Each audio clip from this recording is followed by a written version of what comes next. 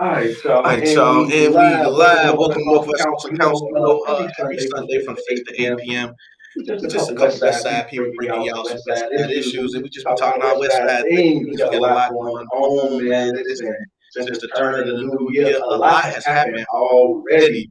We got a lot to talk about. We ain't come to y'all on the first, so we're coming to y'all today. I know y'all got some things to talk about. Let's talk, man. I was trying to get a mic check for 12 minutes. And ain't nobody said nothing but Tiny, man. I need more of y'all do y'all thing tonight, man, and show some love for the people that we got coming in the room today. We got Howard Ray. He's running for the 37 ward. You know what I mean? We got Jerome Bill. He's going to talk to us about getting our financial house together, you know, because the new year just started and everybody wants a few more dollars in their pocket, you know. So we got the Facebook, the YouTube, and the Zoom going right now. So choose the best option that you like to interact with the show with. Today has been a really good day. I think any candidate that is really hitting the ground and doing their work will say the same thing. So I'm eager to talk to Howard Ray about how his race is going and the work that he's been putting out. I was driving back North Avenue in Central today, and I seen one of his signs flying in the air. Like, this guy everywhere, man. So that was pretty cool. Man. So that was pretty cool, man. So, you know, again, just eager to hear about, you know, some of the campaign, man, and how that thing going. And just, you know, what he like to do for the 37 ward in general, man. And like I said, we got Jerome who's going to talk about finance. He got a 9-step program to get your things together. And, you know, I listened to the spiel already, and I thought it was something that we can all get behind. And so, he's gonna talk a little bit more about it. And if you feel the same way, then you know, let's make it happen. But you know, as we always start off, I like to go to Steve first. Say what you got going on, Steve. Oh, we got a whole year in front of us, and it's gonna be a great year. Trust that. We got a lot of things on the plate. You know, it's a political season. Some changes gonna be made. And things gonna be slayed. So we're gonna jump right into it. First and foremost, I want to wish everybody a happy New Year because, as you all know, we weren't available on New Year, the day after New Year, after the New Year, and then we missed Christmas. I know everybody's been anxious to get engaged, and we definitely are going to do that tonight. So, what do you say, DeAndre? All right. Well, first and foremost, y'all see I'm rocking the candidate DeAndre Rudis shirt. You know what I'm saying? Root for Rudis. If you're in the 15th district, you got to do your best to make the people aware of the people that's trying to make things happen. So I'm running for the district council. We got to talk about that. I got signs out now. So if you're in the 15th district, you should get one of those from me to support. If you're not in the 15th district and you want to support, not cash. I'm going to do Zelle. Me at 773-885-6074. We're doing 15 for 15. No, we're in the 15th district. This is actually $15. None of that hard. I know y'all got it, man. Y'all rich. You know, black people always rich. They just be faking like they ain't got it. So, you know, spread it up a little bit. But I'm excited about my campaign. I just left with my team. We was doing a nice little team out there. We did an escape room. And we did not finish the room. But, you know, at least the tacos afterwards was good. So we had a good time together. So that's where I'm coming from, man. Anyway, enough about me. I'm going to jump right into Howard Ray, man. Hey, introduce yourself, brother. Hello. First of all, I'd like to say thank you guys, the Northwest Austin Council, for having me here. To the 37 Ward that's on this podcast, I'd like to say thank you for tuning in, and to the entire Chicago city. And I'd like to congratulate you, DeAndre, and you and Miss Angelica for doing what you guys are doing in the 15, and she's in the 25, running for the district council. Appreciate that. We need your help. We need policies. And, we need people looking out for the community. Who am I? My name is Howard Ray, aka Mr. 37. I was born here on the West Side. I've been on the West Side for the majority of my life. I've been living in the 37th Ward for 25 years. Hold on. Give me a second. It's saying audio ain't clear. All right, hold on a second. Okay, hold on. Got to let over here. Damn it, man. Okay, hold on. Hold on, y'all. My bad. Might have hit the button. 1, 2, 1, 2. Wait, y'all can hear me? I thought we tested this already. Y'all can hear me? 1, 2, 1, 2, 1, 2. Okay, nobody can hear me. Okay. God damn it! What did I do, man? We was just good, right? Yeah, there's no countdown. Okay, all right.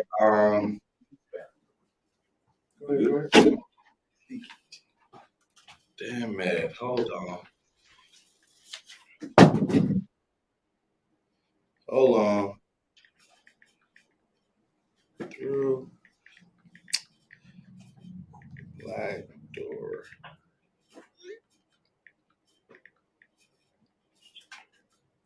Hold on. All right. Okay. Let me try this again because I thought we was good. Thought we was. Oh, you know what I did? Hold on. I think I did that. Hit that right there. I think I did that.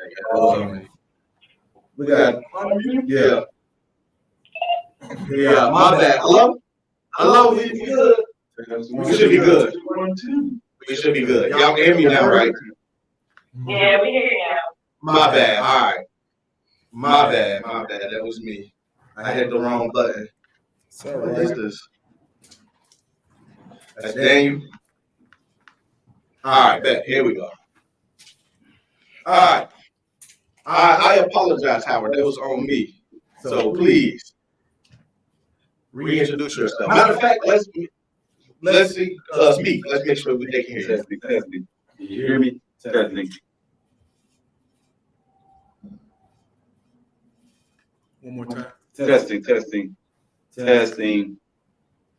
Yeah, we can hear you. Okay.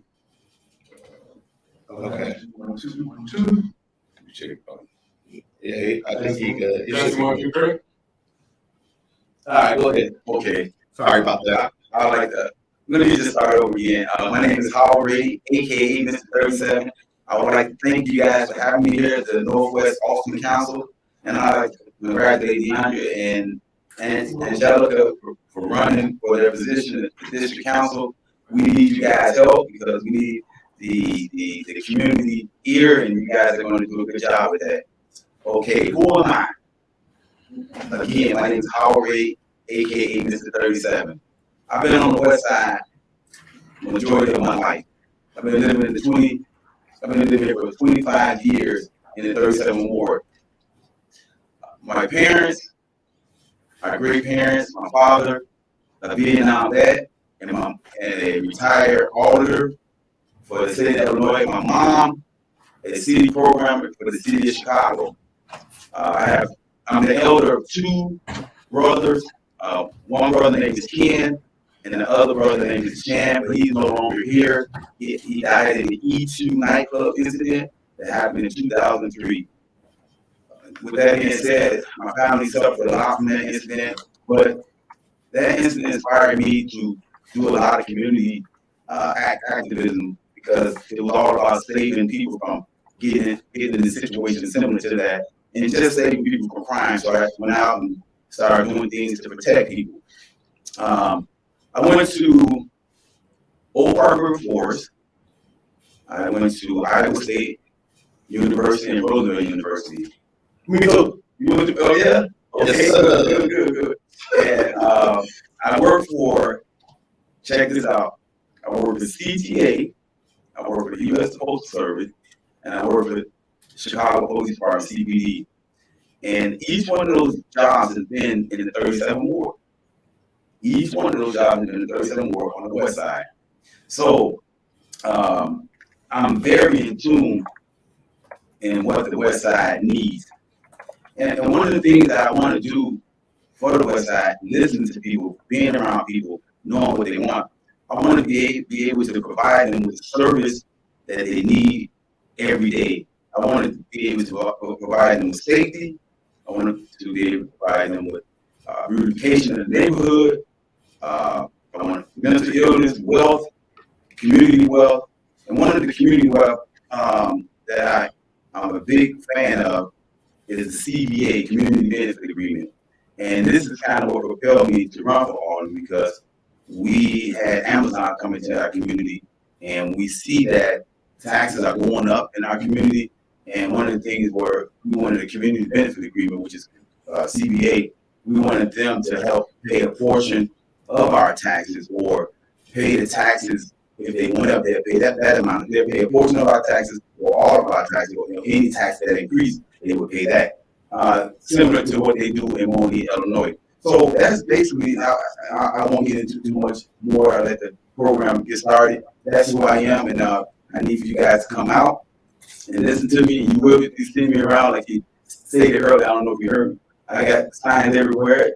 Check me out on North Avenue. Even in the sky. Even in the sky. North Avenue in Austin. Check it out, get a smile, and say hi to me. Thank you. Yes, sir. Hey, Jerome. Yes, Jerome Bell. Happy to be here. Pleasure to be with you fine gentlemen here. I'm here to talk about personal finance, starting the year off right with your money. But my background is started in Mega School. And Mega School is high school, except it's for adults and by adults. So whenever you catch yourself saying, man, I wish I learned that in school, Mega School is an opportunity to go ahead and learn it right now as adults. And so the key three principles of Mega School is in everything, be reasonable, be fair, and be practical.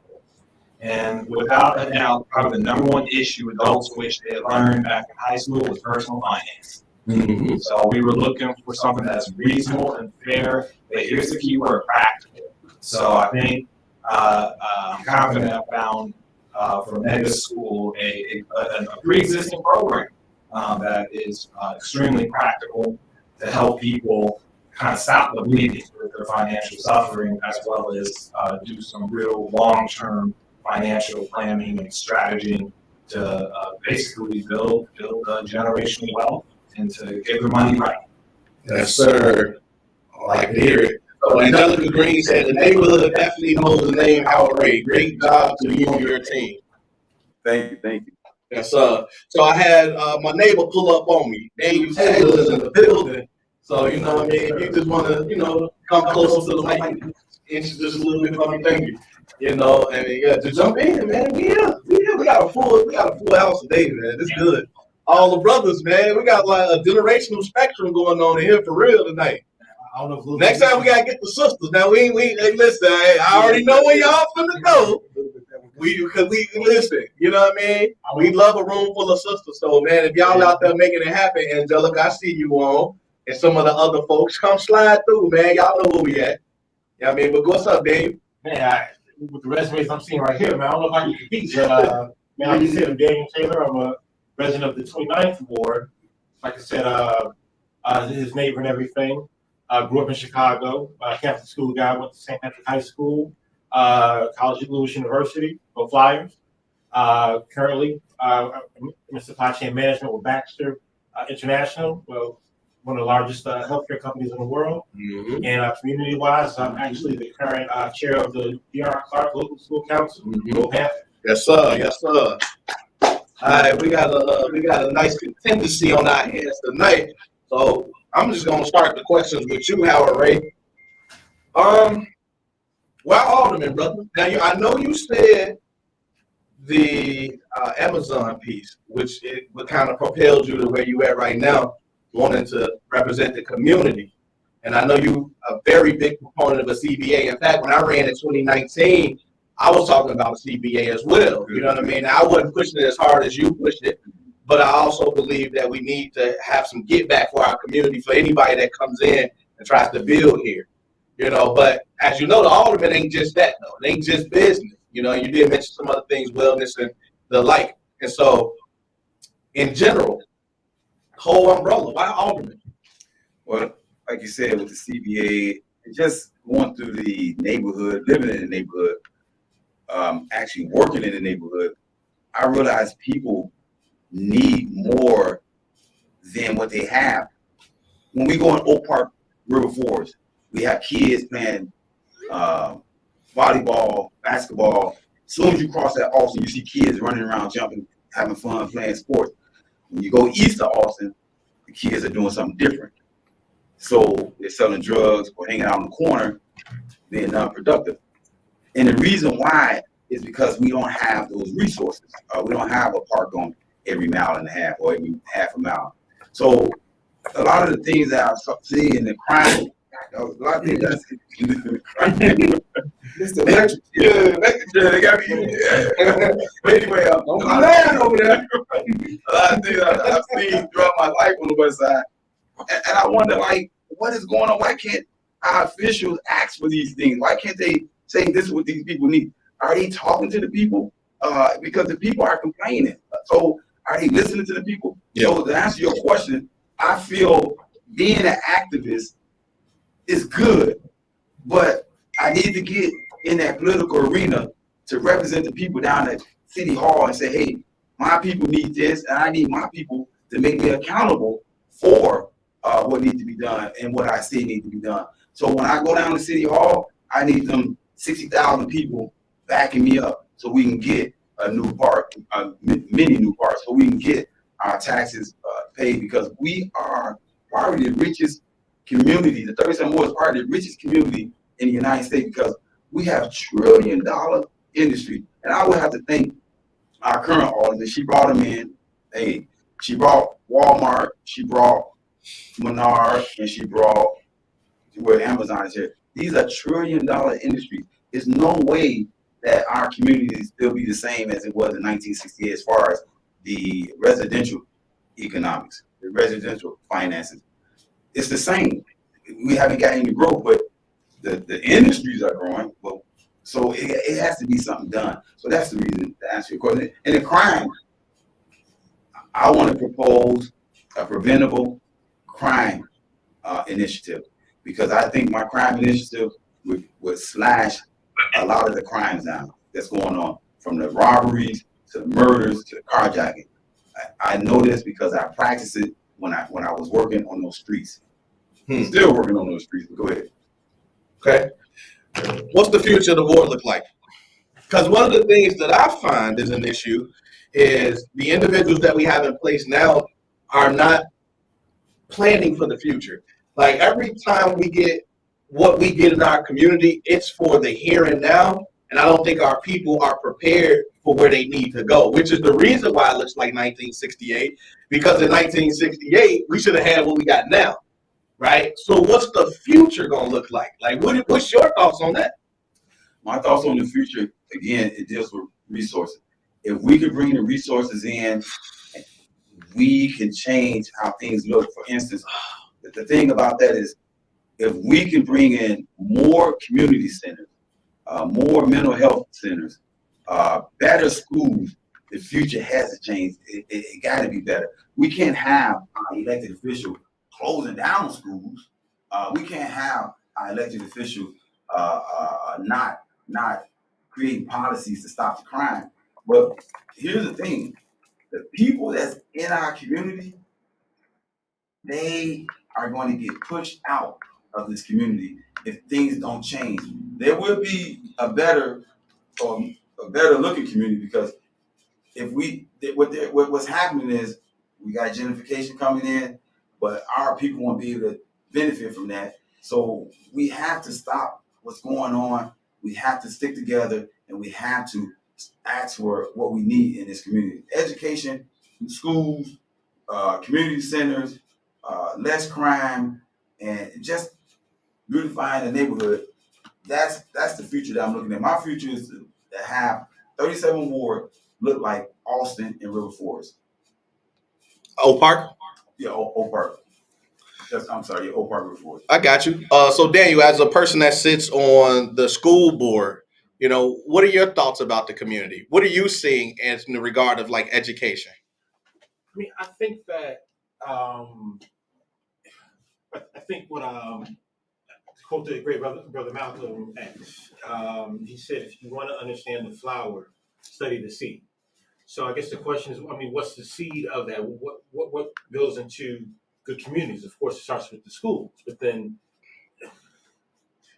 I guess the question is, how do we pour more into the schools? I mean, I do think, I mean, I like what you're saying, to beautify the community, make it look like Austin, but I think the root is definitely economic development. I think that's going to be the root right there, where folks have money, have a job, so they can buy the homes and put money into property tax that goes towards the schools, improve the schools. I mean, I think that's where we start to see that improvement. Because, all we really want is jobs. I mean, the reason these kids are running around because they have nothing to do. And if we can give the teenagers summer jobs or internships, things like that, that's going to do what you're saying and beautify the community. And their parents can get good paying jobs, can pay a good living wage. Right. Then they can buy homes in the community Exactly. and increase in the tax base, and we can resist gentrification because it's ours. Yeah. That's my take on it. Thank you. So I'm gonna go back to you because he left off with a component about economics, right? And obviously, we need more things in our community to provide stability for us, so that we can live where where we not we need to work where we live, but we need to be able to afford where we live, right? So I need to know what's your thoughts about that. Like, what's the preparation looking like? What do you think needs to happen? And then I'm gonna go to you because you need to back them up. We need to figure out how to get these people some more money in their pockets. Then after that, anybody that wants to jump in on the Facebook, I need y'all to go on and tune in with us, have a conversation with us.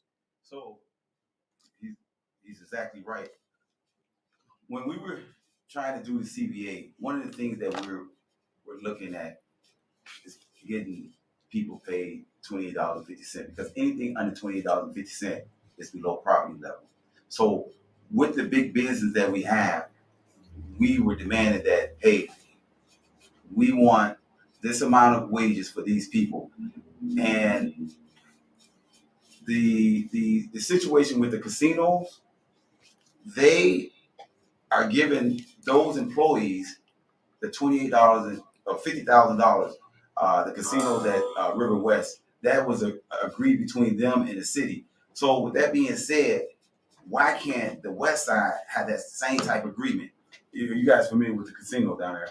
And those people down there in River West, they didn't even want the casino. They don't even want the casino. But this is the agreement that the city forced upon them. So another thing for our community, the TIF. Our community and other communities like Inglewood, Chatham, the so-called blighted area, the money goes to that account, all right? And then over 23 years, the account expands to whatever it is because it's a high yield. And what happens is that high yield, for instance, the last couple of for 23 years, they have reached $2.4 billion in money, in TIF money. Now, the mayor can take that money and do whatever she wants to do with it, okay? So this mayor, she's using $250 million to invest in the Southwest, invest Southwest, which is nothing. $250 million compared to $2.4 billion. Now, that's less than 1%. Now, can you imagine if she was just to give 5%? 5%, that'd take care of all the communities that need to be taken care of. Because the way the TIF was set up, is this thing on mute? Mike is mute. You good, bro? You good? The way the TIF is set up to create revenue and give back to the areas that need the revenue. But what's happening is the way it's set up now, I should say the way it's supposed to be set up, but the way it's set up now, the money is going to communities that don't even need it. I'll give you an example. Lincoln Park, Lincoln Yard. They just gave them $1.2 billion to do some construction over there for that yard project over there. Them people living good over there. We need that money, and we need to have companies in here in our community that's going to say, hey, we're going to pay our people $28, at least $25 an hour, because we do have the money. And another thing, we need grocery stores. We need things of that nature. So I think this is what we need in our community, and this is once we get that in our community, our equity in our community grows, and then when our equity grows in our community, we have people coming in from the outside, like us, like the Latinos. They'll say, "Hey, we want to move here. We want to stay here. We got new money coming in our community." Yeah. To kind of complement that, you said $25 or $28 an hour. I mentioned before about kind of stopping the bleeding. One of the things about the 9-step program, financial literacy program, is a first order of business is actually for employees to increase their net pay. So you look at your paycheck, you see that amount about taken out of taxes, right?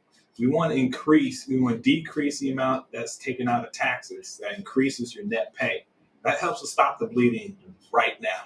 You know, even call it an instant pay raise, right? So even though your boss isn't giving you a raise per se, or maybe the minimum wage isn't going up just yet, we can immediately in your next paycheck show you how to adjust your paycheck so that you get a higher net pay. And basically the strategy is pretty simple. Just make sure you're not trying to get anything in your tax return. Right. You want to get it now. And so Yeah, the for folks real. who are living paycheck to paycheck, and then get a higher net pay because they're paying lower in tax, that could be an absolute game changer, even psychologically for people. Now all of a sudden they might have an extra couple $100 a month just from that. You know, then we say, well, no, that's only step one. All right, now we got to make sure that money is being productive. But we start off with lowering those expenses. These bills are out of control, and so there's something called bill negotiation. Having professional bill negotiators negotiate your bills to lower them. That's a thing. Wealthy have been using it for years. The program, that Mega School is partnered with, they offer that, to ordinary folks like you and me. And another thing that a lot of folks, they do invest in themselves. They get college debt, have a car note, mortgage. But if you follow the bank's schedule of how to pay it back, you're paying maximum interest. I just think that's unethical. And so what we do is we say, just type in all your debts, like I said, car note, mortgage, student loans, and we will instantly show you through a web portal the proper payment schedule. So you pay back the minimum amount of interest, saving folks thousands of dollars. And folks' credit is messed up too. Step four. So we got that. We'll help you to fix your credit and have professionals tell you, actually write the actual letter to send to those credit bureaus, because they'll have information it's just lies. It's out of date for years, and people suffer with lower credit scores, which leads to higher interest rates, and then just more money that's just taken away from you. And so that's just kind of getting started. You want me to keep going? No, you know what? Let me. Steve has something to say. Then I'm gonna go to the Zoom. I wanted to touch on the whole idea of jobs in the community. We have to also get out of the mindset of thinking that the jobs that other people have are going to save us.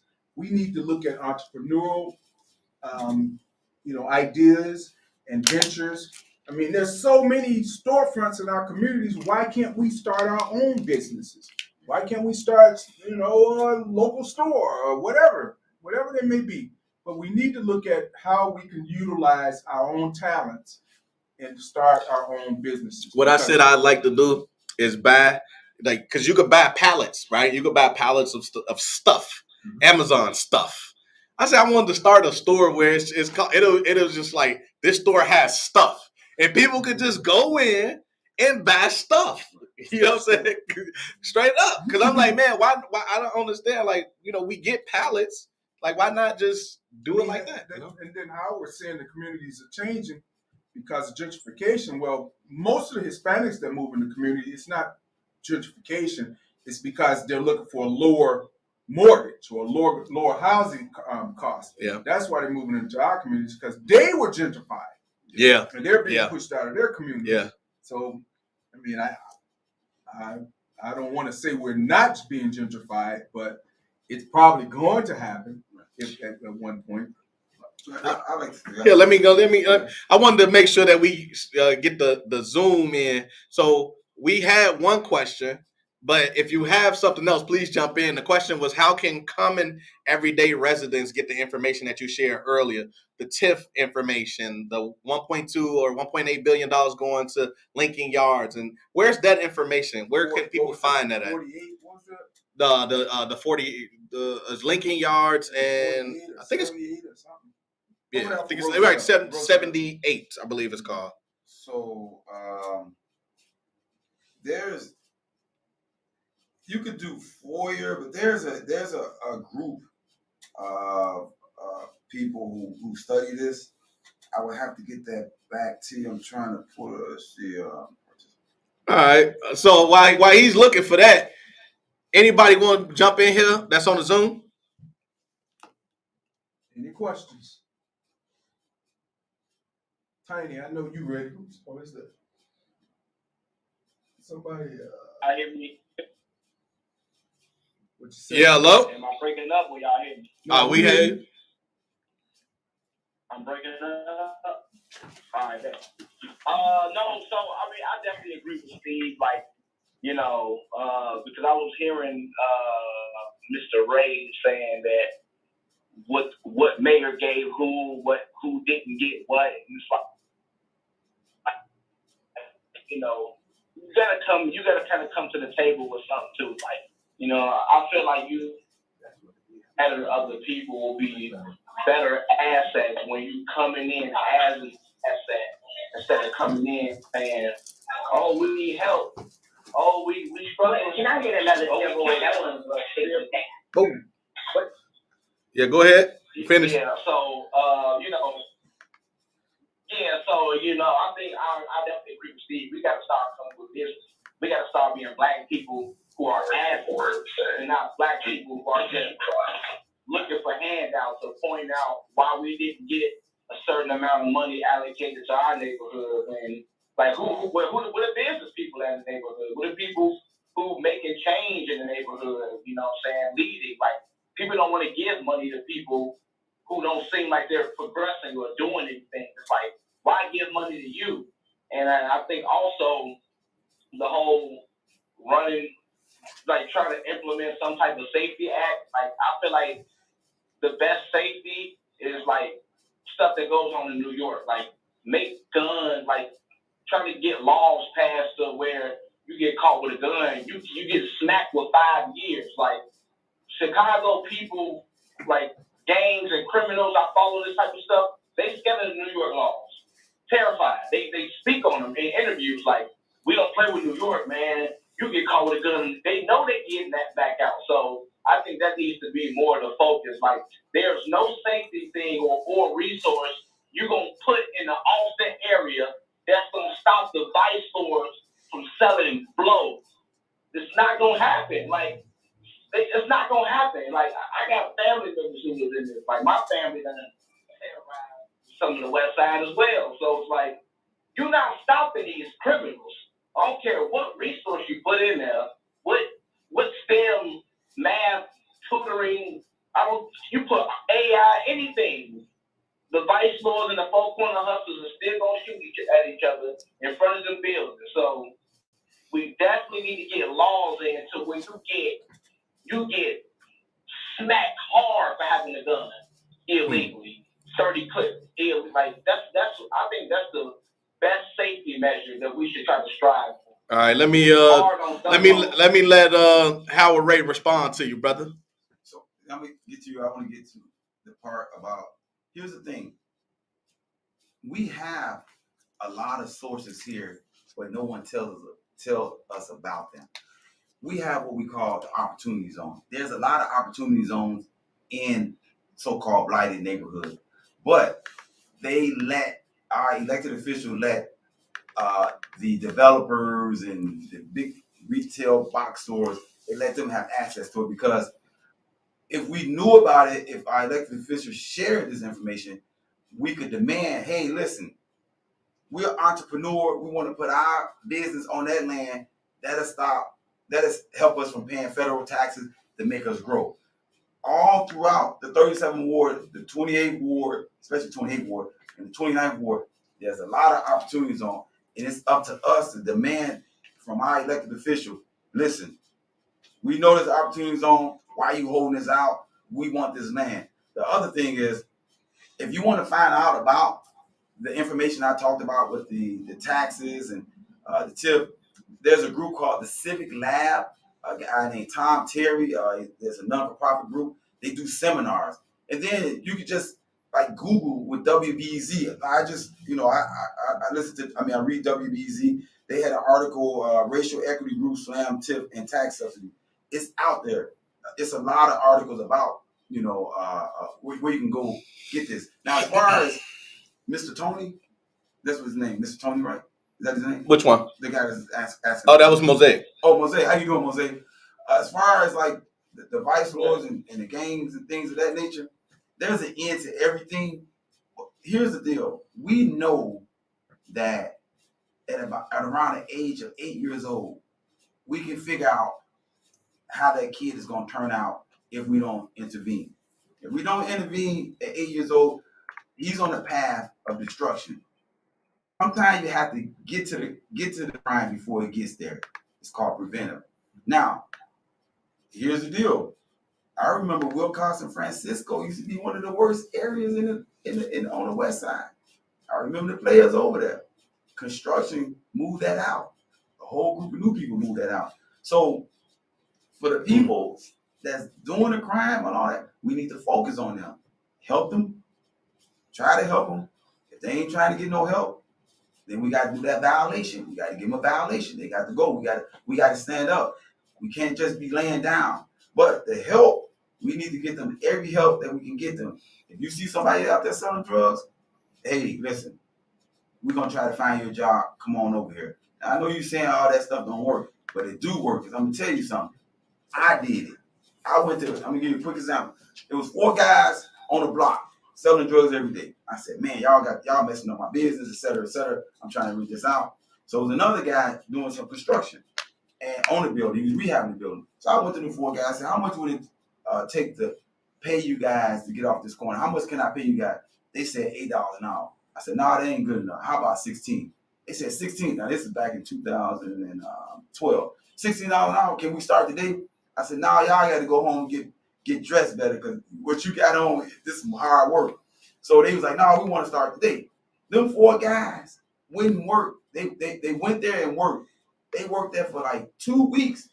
That corner was clear for 2 weeks. This is what we have to do. We got to find a job for these guys.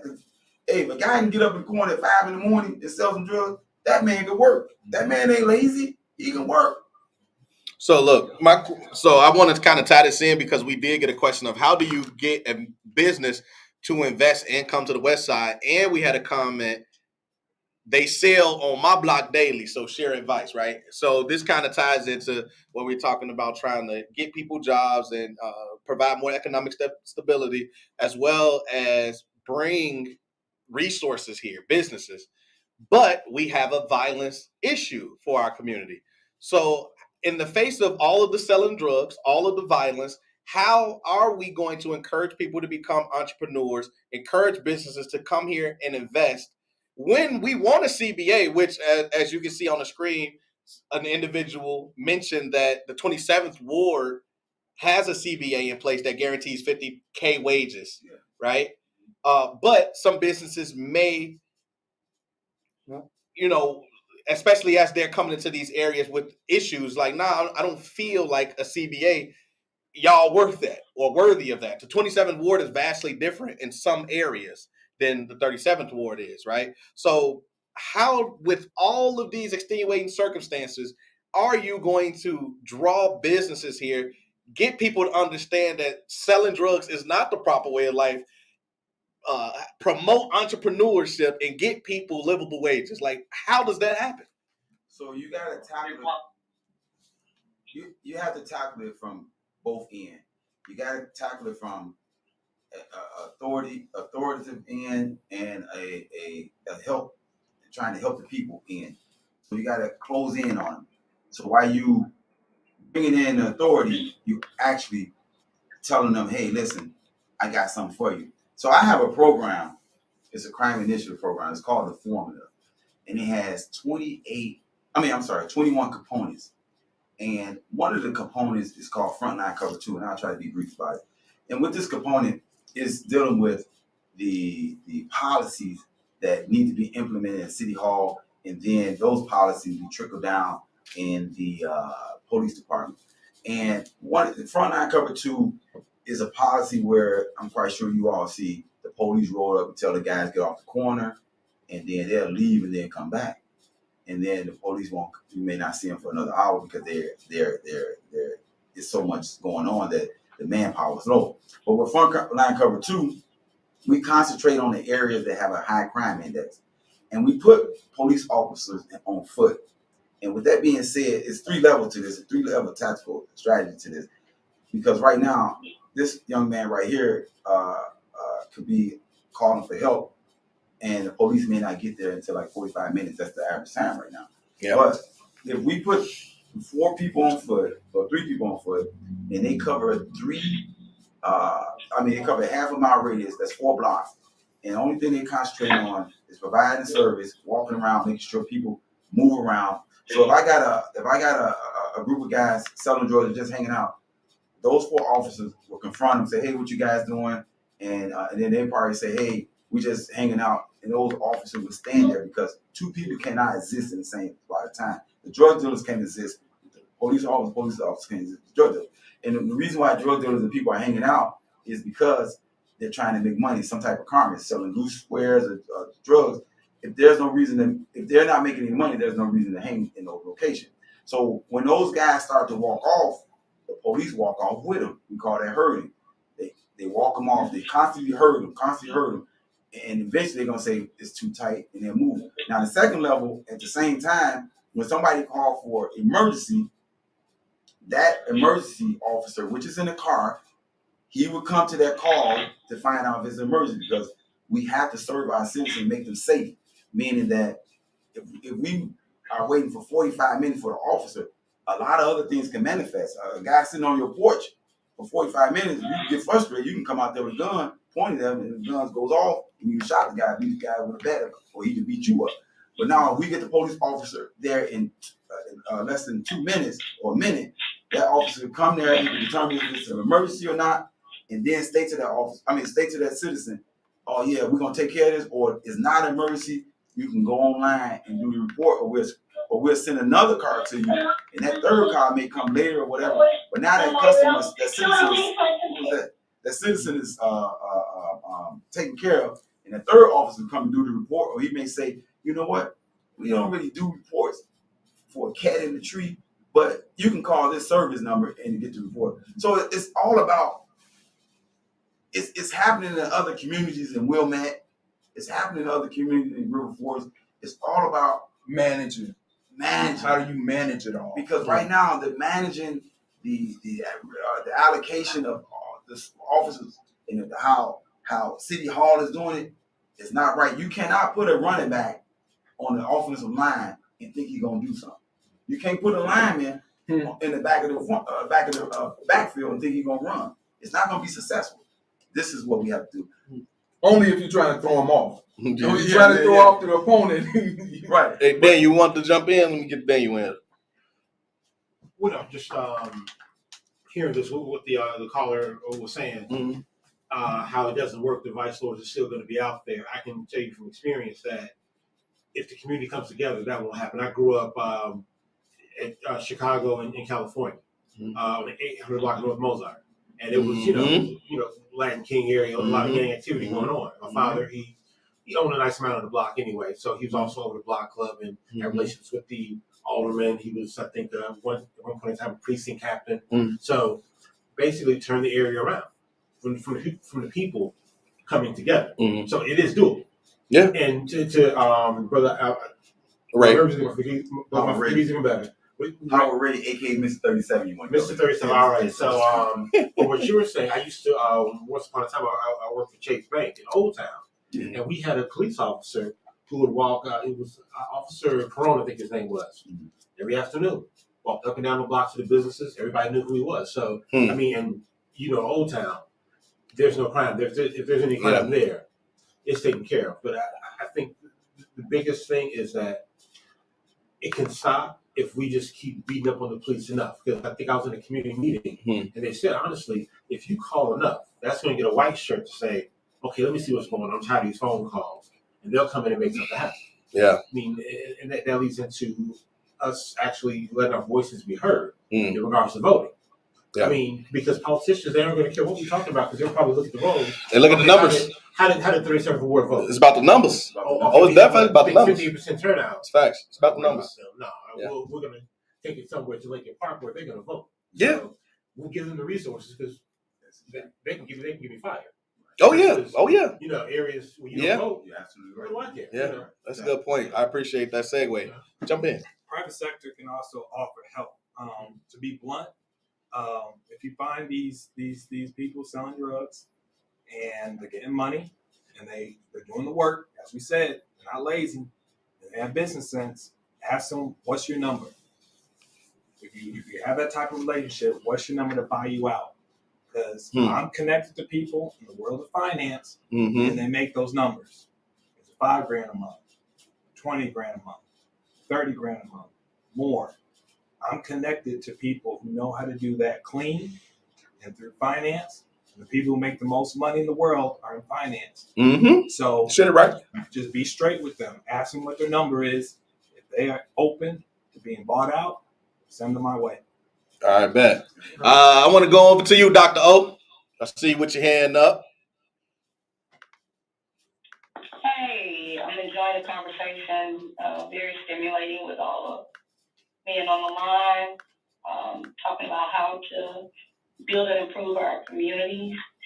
My question is, with all of the barriers to progress that our communities face, like we're talking about gentrification, the taxes, the violence, the drug and criminal activity, these are not just things that's happening. They are in place through the design and deprivation of resources, opportunity, and information. So when we're looking at public officials, I completely understand what Mr. Howard is saying about how our public officials allow all of these other things and entities to come into the community, and we don't know about them, and they don't speak to us about them or even get our approval. But it is our tax dollars, whether we work a corporate job or work for minimum wage, our taxes are supposed to go back to support our communities. So because systems, and I'm not a blame the man type of person. I believe you get out and make it happen. Well, whatever you got to play the hand that you dealt for the most part. But we're not getting our hand. We're supposed to play the hand, but we're not getting our hand. So what solutions or strategies do you have in mind concerning how to mediate or even eliminate some of the barriers to progress that our people have? Like, I'm a business owner. There's no way in this world that these lots that's been on the west side that have been going for $1,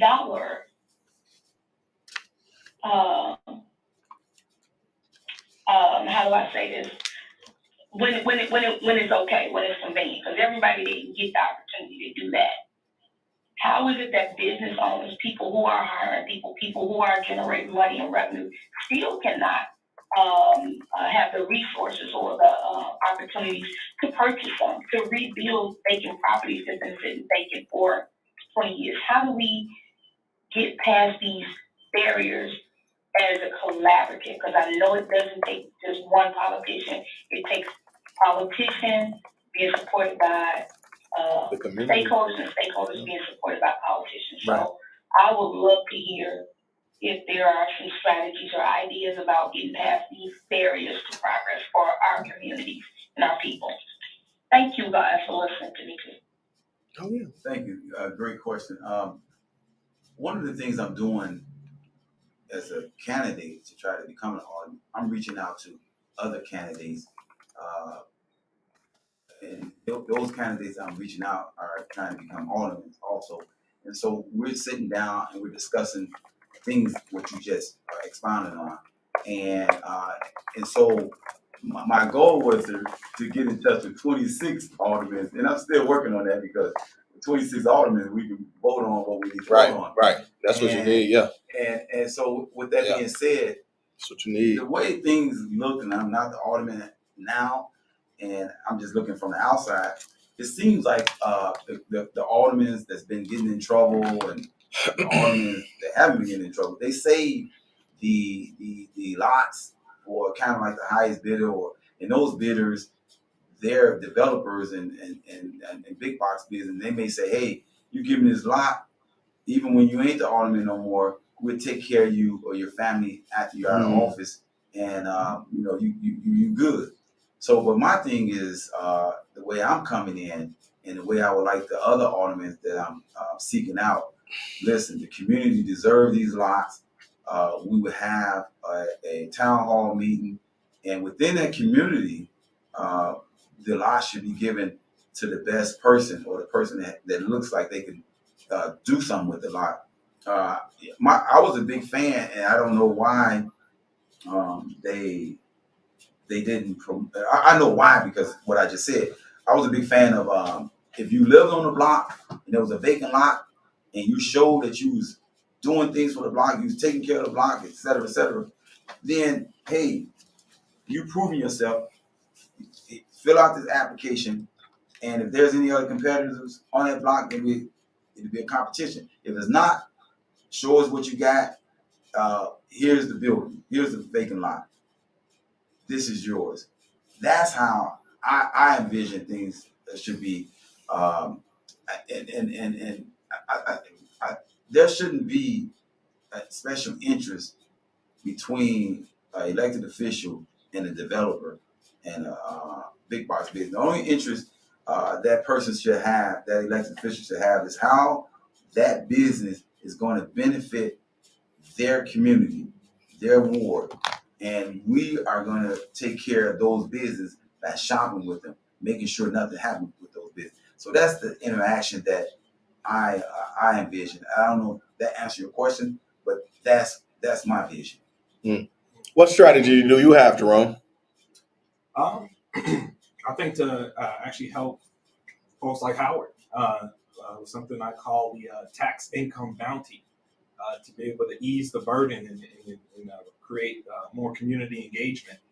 If you go to thirdoption.party, you'll see where it's all spelled out, thirdoption.party. And the TIB is a tax income bounty, and it's basically real simple. To ease the burden of the community on its taxes, we're going to offer a cash reward bounty for anyone who has just the idea of how to get income from the private sector, so that we can reduce the burden of the taxes on the community. So that doesn't mean we're going to slash services at all. Your classic example is you lease naming rights on a public stadium, right? You get an income from the private sector, that you still got the stadium, but it brings revenue that reduces the tax burden. There's a lot of incredible creativity and genius in the community. And if we can put a cash reward bounty saying, all right, put it to work. You know how the system works in your area of expertise. Tell us how we can get money from the private sector so we can lower taxes. They get a 1% bounty. Let's say they say, okay, we know we got $1 million of taxes. I know a way that we can get that same $1 million through the private sector. Okay, so they save the community $1 million of taxes, right? And then paying a 1% bounty. That's 10 grand just for the idea. Now it's Howard's job to put the idea into action, right? Our public official, right? That is not enough, bump it up to 5%, 50 grand, okay? That's a 95% reduction in taxes to pay the bounty. And then after that, 0%, right? And so basically, the community is getting engaged to kind of crowdsource and come together as a community to help provide these ideas to you, Howard, so that all you have to do is say, okay, these are good ideas. Let's pay you cash reward bounty for it. And then you get to work and implement it. So it's really the community engagement and lowering expenses for the people to just ease that burden. Mm-hmm. So we had a question that came in, and actually, I believe it was more of a statement that was made, but there were two, so I want to get to them because I do have a question behind it. So it says, I think we need fresh faces in office. And these politicians stay in office for a long time, and they are never held accountable for the demise of their ward. I'm going to start with you, Steve. When it comes to electing an individual to represent you, what are you looking for? Then Daniel, Jerome, then we're going to come to you, Howard. Well, I look for somebody that's got a lot at stake. I'm looking for someone that's from the community, from the ward, either grew up, went to school, got parents, grandparents, or something. Had a fight at least. Right. Had to fight to stay in the ward. You know, you want somebody that's got some teeth in the area that they want to, you know, protect, grow, sustain. And you know, we want people with some honesty. You know, be true to what you're trying to do. If you can't do it, be real about it, so that you can have the discussion with others to figure out how you can do it. But don't just lie your way through circumstances to collect a check. You know, that's first and foremost. The other thing is, you know, public safety is running amok. You want an official that can come in and say, I got some ideas, I got some resources, I got some connections that we can work with to try to curb some of these issues regarding public safety.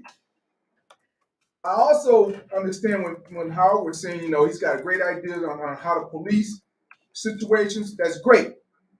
But it's economic development, it's policing. The police got to do what they got to do. They got to have a whole strategy how they handle things. The economic development piece, there has to be a whole strategy for that. The educational piece, there has to be a whole strategy for that. All of these entities have to have a strong connection with their strategy and implement them. It's not a one and gun type of situation. We all have to go in hard and do these things. We got to look at the kids. The kids are growing up. We can't say, oh, don't worry about the kids because we got gangbangers right here doing this. Well, we're going to have more gangbangers if we don't worry about the kids. You know, the police don't come in with a strong strategy, we're going to have the gangbangers anyway. So it takes everything. I look at it like this. If you get shot in the arm, you go into the doctor and they say, okay, we can fix that. But they don't tell you stop taking your vitamins. Mm-hmm. You still got to grow. So we can patch the situations at hand, patch those up. And on the same note, we can also give you your vitamins to keep growing, to develop, to move in the right direction, to be positive, you know, and grow. It ain't a one thing. It ain't a one magic pill. Yeah. There's, you know, you got to figure out how to get all of them done, slowly but surely. I told DeAndre, when I came to Chicago, Madison Street looked the same like it did when I came here in 1968.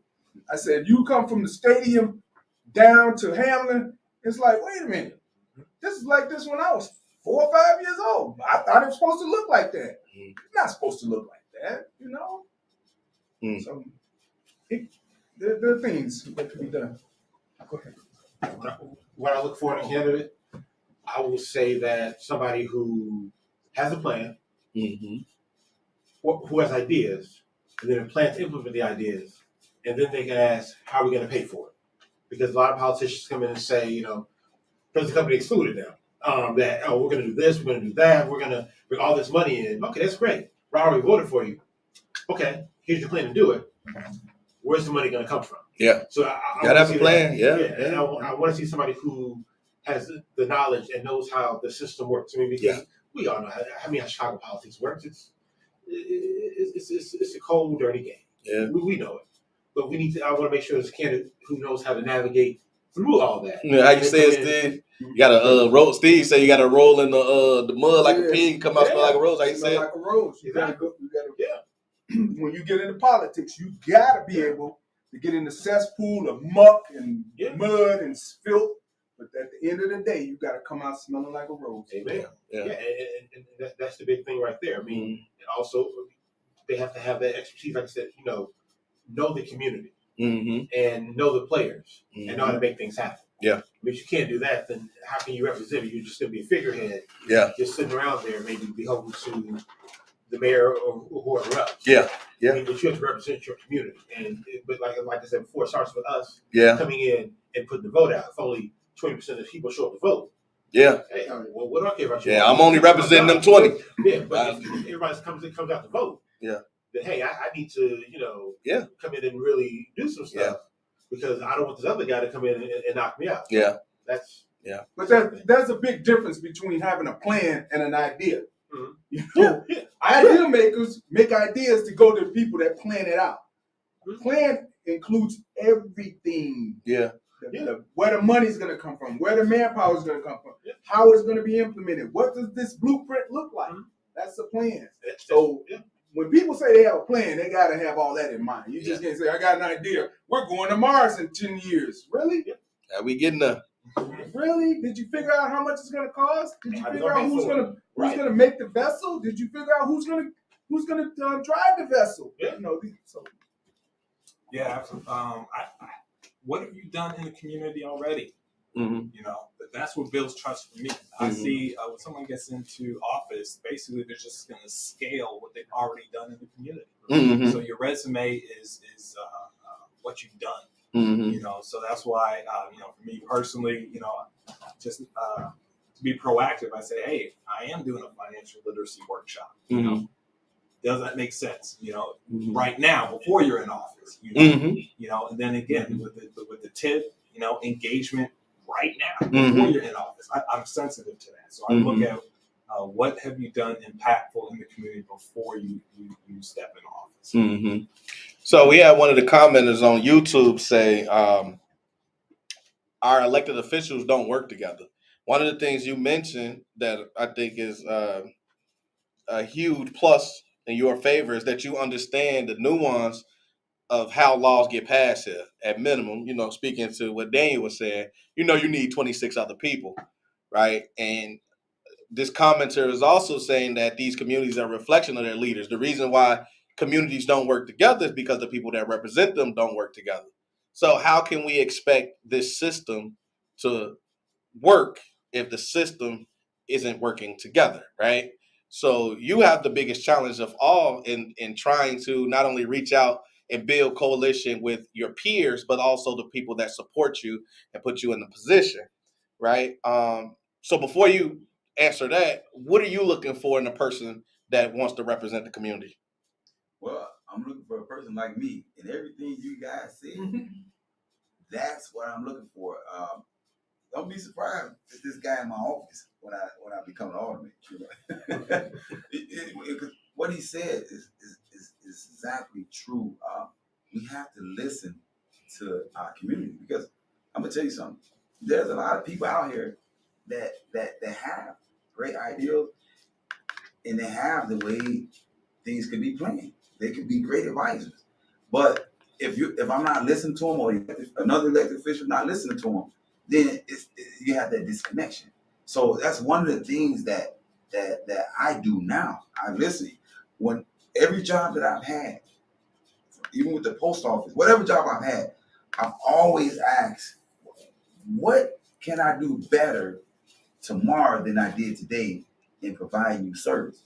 And they'll give me those answers, and I'll take it and I'll modify it in a way that it complement the position that I'm working at that time. So I believe the aldermen have to be able to listen, have to be able to be out there on the street and know what's going on the street, and be in tune with what's going on the street. And like you say, history is everything. You have to know the history of this community that you're going to serve. You got to know the history. You can't just, I don't think you can just come in from another area. Why I say this, West Side, it's all the same, you know. But I don't think you can come in and don't get. And if there's any Southsiders on this podcast, no offense, but I don't think you can come from 122nd and Bishop and then live in this area for a year and then say you can just boom do everything, because you don't even know. You probably don't even know what alley is next to Latrobe. You know what I'm saying? You want to know the next block. So you got to know the history. You got to know what's going on in the community. Mm-hmm. So going back to what I was saying about building coalition and how that's an issue right now for the political electeds we have. What are your thoughts, right? How do you go about building coalition with people that's going to have difference of opinion than you, as well as trying to build coalition with the people and get the people to understand that they need to build coalition with each other and to be able to help wherever you're trying to go? Well, that's a tough task, I must admit. But you got to find a common ground, because I believe that But I'd rather like how do you do that though? Well, Yeah, that's what I want to know. Well, what I'm doing now. Okay. What I'm doing now, I'm reaching out to people right now, and I'm saying, hey, listen, this is what I have in my ideology, and this is what I would like to plan. And then we sit down and talk now and form a coalition now. And by forming that coalition, when we get down to City Hall, we already iron out our personalities, our difference, and everything, so we can just move forward. Mm-hmm. I think what happens is it's just like when I first moved to when I first went to Oak Park to Fort High School, I knew no one, and so it was kind of like the first couple of months. It was kind of hard to move in and out with the different crowd. But when I went to Mendel Capital Pack, I knew people from the grammar school already. So when I went there, I'm like, hey, this is just another grade up, but we tight. So I think that's the same thing. So I believe that could work because I'm coming in. I don't know Jeanette Taylor right now, and I meet her at City Hall. She looking at me like, who is this rookie? I'm just saying, but I think it's about relations. That's exactly what it's about. That's what it's about. Everything is about relationships. Politics is relationships. I always said like what dawned on me, especially as I ran for alderman and became more involved politically, is I really thought about how it was when I was a kid, and I would say, hold on, let me go politic with this man right here. And all that was talking. And talking is relationship building. So politics is just not, I say so politics is just the relationships to get to the resources. Right? We have to build, going back to what Daniel was saying, we got to know who the players are. If you want to figure out how to get things done, you got to know who can get things done. That's just a relationship. But the meat of the relationship is how you develop it, how you caress it and make it into what you want. Ain't nobody gonna be involved with nobody else unless they gonna get something from it. Point blank, period. I mean, we all got self-interest. I ain't going to no bank asking for a loan unless you're gonna give me a loan. We ain't got no relationship. That's right. I tell everybody the best way to build relationships, you break bread with a person. You break bread with a person, you get to know them. It's like a date. You get to know who they really are. You get the person really ain't got no manners, but that's beside the point. We can work with this, This person is, but you get to know, and people talk about what they're about when you break bread with them. Yeah. The next level is, what are you going to give me that I need, and what can I give you that you need? Yeah. And that's just the bottom line, because ain't nobody gonna talk to me. I'm thinking about all the people I have relationships with now, which might be 200-300. At one point or another, we exchanged something, knowledge, something, some stuff, like DeAndre says, stuff, and those are the ones we still have relations that we still build with. You build with those, and I like to also say, we got to get out this mentality of, you got to pick a side. We understand that, but at the end of the day, we still in the same house because everybody is connected. Believe me. So out of that 300 I just said, it may be some on this side, it may be some on this, but you know what? Everybody's connected in one way or another. Yeah. Can I say something on that? Third party. So again, third option, that party. The third party is designed to just be a third option on the ballot. Okay, and it's designed to really cause the entire system to elevate, to basically force both the Democrats and Republicans to just be better. And you'll see, I just updated the website today. It's designed to operate as a fail-safe. Mm-hmm. It's designed to be strong when it needs to be strong, and it's also designed to be weak when it needs to be weak. Meaning that when the other parties are strong, third party is actually designed to be weak. Mm-hmm. And when the other parts are strong, and the opposite is true, that we're strong when they're weak. And so the way you do that is the secret sauce is being disclosed to the public domain. No intellectual property. Howard, you can go to third option, that party, look at all my policies and steal them all. please do. Okay. Nudge, nudge, right? Mhm. Because it's about, if it's good policy, it's going to work for the people and get it done. And so it's about, I'm working with people who are independent, who are libertarian, who are Democrat, and I tell them the same things. If it's a good idea, steal it. I appreciate the credit, but I don't need Sharing the credit. wealth. You know, Mhm. thank you, sharing the wealth. And so, It's a barter system thing, though. you know? Hey man, you use my plan, man. Lee, come give me something. We can figure that out on the back. I'm just saying that's a barter system. I'll be a special advisor for you when you get in. Yeah, that's what I'm saying. That's what I'm saying. I'm just saying. Look, so we did have a question from Facebook, but I'm sorry, from Zoom. But I wanted to, before I get to it, to see if anybody wanted to chime in. I did see your hand up, Tiny. So if you still got something you want to jump in with. Yeah, I do. I wanted to make a statement, and I wanted to ask a question. The statement is, criminals are not afraid of jail.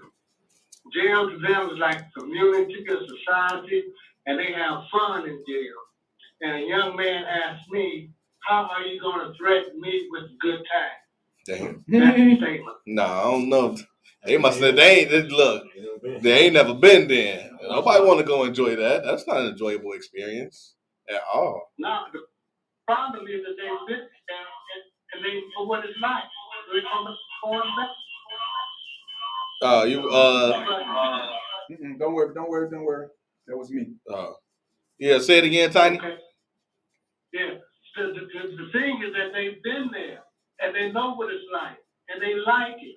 Oh, that's the county. They ain't been to jail. That's just been to the county.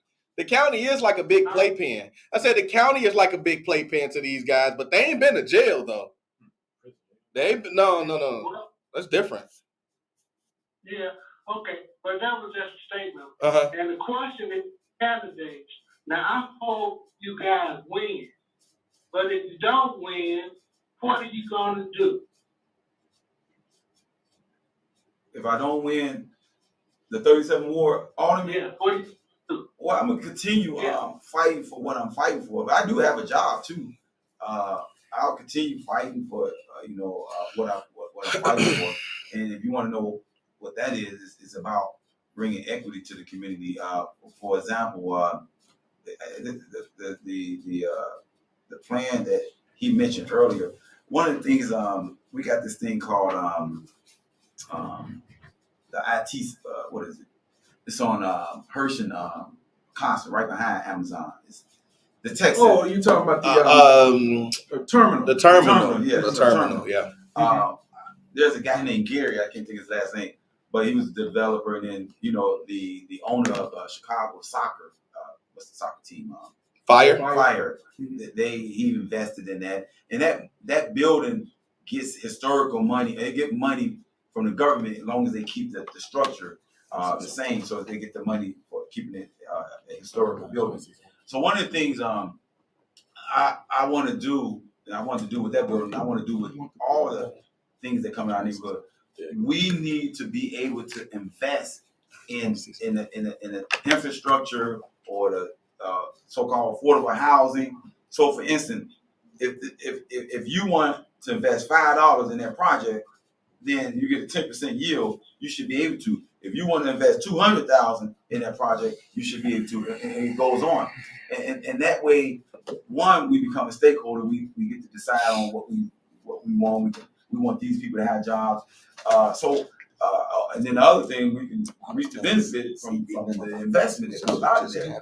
So because in everything that's being built, it seems to me the money that's being that's being received for these projects are coming from some other place. And I think as a community, we need to start investing in these projects, and that's one of the policies that I will try to implement. And the other thing, we need to start creating our own grocery store. There's a store right over here on North Avenue. Save-A-Lot. Save-A-Lot. It's closed down. That should be a co-op. We should, the community should get together. It's about 60,000 people. There's a lot of people on the west side, more than 60,000. We should be able to go in, seek advisors on how to do a grocery store, get in touch with some of the black farmers and some of the farmers in California, Latino farmers, wherever, and we should be able to have that distribution come straight to that store. And we own this store now. That's the type of things I will be trying to still implement after win or lose. Okay. So for me, I've been working with Chicago police since 2018 in the capacity that. Sorry. No, go ahead. So I've been working with Chicago police in the capacity that I have since 2018, and in this upcoming year, we'll stop with what we call MPI, but that won't mean that I will stop with the relationships that I've already created with Chicago police, because I'm a person who wholly believes that we, as separate communities, because I do believe as it exists, we are act very independent of one another. Like there is almost two different communities. The police have a community, you know, and rightfully so, they're a brotherhood, and then they police our community. But we need to join forces. You know, we can't do this thing without the police. You know, at my forum, one of the people, no, not my forum, I apologize. At an interview I was doing, one of the people on said, you know, I love the fact that everybody want to shout out, let's defund the police, but when it comes down to it, if somebody hurts my child, I'm calling the police. I'm not calling the activists. You know, so you know I understand the history that we have with the police, and it is not great. You know, but the present can be. You know, if we get rid of the bad apples that need to be getting rid, that need to get rid of, that we need to get rid of. And for to that end, even if I'm not selected as a candidate, I'm still working that space because I am an advocate. I'm a social justice advocate for a purpose, which is to be involved in these conversations in the community that needs an elevated voice, right? And I actually want to parlay that into the question that was in the chat about mental health. But that's pretty much what I'm saying is what Howard said in a nutshell is we gonna keep doing the work. You know what I mean? You don't stop doing the work because you're not selected. You just continue to do the work. And if you want to try again, the next time you should be even more entrenched in the work that you have done, that people recognize that maybe the first time we made a mistake. You know what I mean? So that's how I feel about the situation. But now, speaking about the piece that I really enjoy, because I'm a person who seeks therapy actively, and mental health is an issue in our community. And many of you may not know, but I'm currently in the IRB process for my doctoral program. I'll be walking across the stage in July with my doctorate in business psychology. You know, now what that means is I have the ability to go inside a business and develop either that business or its personnel. But we use a lot of psychological principles that can help a person not only professionally but personally. And so my actual dissertation is going to be developing what's called psychological capital. So that's all of our resources to experience hope, self-efficacy, resiliency, and optimism. If you develop that in the individual, you can change their mental well-being. You can increase their happiness. You can increase the fact that they experience joy for life. That's something that I want to do because we don't have access in a lot of ways to mental health resources. I use my EAP, and after insurance, I still pay $30. May not be a whole lot to me because I can afford it at the moment, but there was a point where I wasn't able to afford that. And if I didn't have insurance, a session for 55 minutes might run me $125. Nobody in our community can afford that right now. And so the question was, what are we doing for the mental health issue in our community? What can we do as elected officials? What are we doing for the mental health situation in our community? Is very limited. It's almost to none. I mentioned earlier that I work for Chicago Police Department. Mental illness is real. When I first came on 25 years ago, I apologize. Let me step back. So the question was, what solutions do we each have for mental wellness in the community? So I just gave mine. Mine is my dissertation topic that I'm working on. What I would love to do is essentially have a, how you call it, social enterprise, where I do have a for-profit business, which I want to help develop the nonprofit space in the community. But as an added, I would love to be able to give my dissertation topic, psychological capital, to the community, those that want to participate, to better their mental wellness. So that's my solution. Yeah. So, like I was saying, the mental illness is real, especially in Chicagoland area. I didn't know it was this. I didn't know the situation was this dire up until recently. Well, not recently. When they closed down a lot of the mental health institution, that's when I started seeing it. I didn't know there was that many mentally ill people in the community. And when they closed down and they put them out there on the street, I started realizing we're in a chaos situation. So I'm surrounded by people who's in your profession. My girlfriend, she's in that profession, and I go over things with her, and she explained to me just what you just explained. So I think when it comes back to the resources, when you look at the TIF money, I got to go back to that. If you go back to 5% give back, we can supply a lot of resources for the mentally ill. And one of the biggest thing, and you can correct me if I'm wrong, a lot of people there's level to mental illness. Yeah. But if you're not eating the right food, it's a catalyst for the mental illness to just go. Oh, you're like right. this. Oh, them Flaming Hots and Twinkies, that shit killing them kids. Let me tell you. Oh, yes, sir. Them Arizonas, yes, sir. And I still indulge. I'm sorry, guys. Now you're diabetic now. Man, hey. Listen, I'm a person that's about preventing. And don't get me wrong when I'm about to tell you this story. So while I was patrolling that years ago, I ran across a young lady. She's probably a young girl. She's probably like 6, 7 years old, throwing up. All right. I said, what the heck? And I looked at the vomit. It's red. I said, what is this? You been eating Flaming Hots. This 8 o'clock. Flaming Hots. Yes, sir. You been eating Flaming Hots? Yes, sir. Said, yeah. So you know what I did? I probably overstepped my authority. Any kids that I seen with Flaming Hots kind of did a Debo one. You know, give me the Flaming Hots. Parents came down complaining and everything because I'm caring about this. I know Flaming Hots can eat the line in your stomach. Yes, sir. And I think, is it true that your brain cells the only cell that don't grow back? But that's what I don't know if that's true or not. But it ain't my profession. I'm sorry. but what happened was when the parents came down, a bunch of parents came down and hollered at me. So I came up with another solution.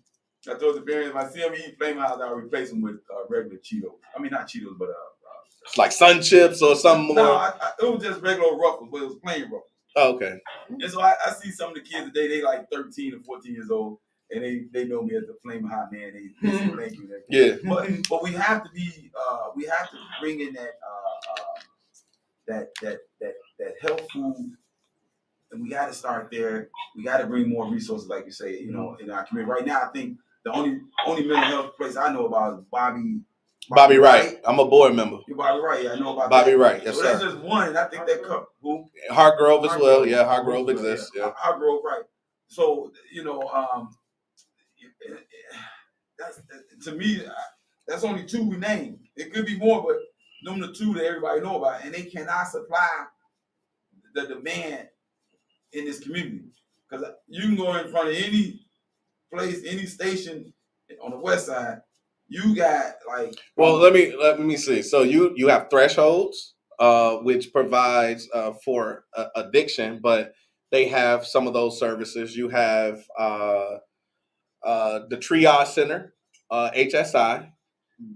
You have Bobby Wright. You have Rehabilitative Systems, HSI. Yeah, HSI, and Hargrove. But it's still very limited. Because let me get this correct though. Yeah. In order to treat somebody, I'm not a professional. I think they need to be housed until maybe they can until the Sometimes I think I think like with a lot of these facilities, I think they can only house them for so long, and once it seems like they're okay, they let them back out. And sometimes they don't have enough room. So that's what I'm saying. Yeah, yeah, More housing. yeah.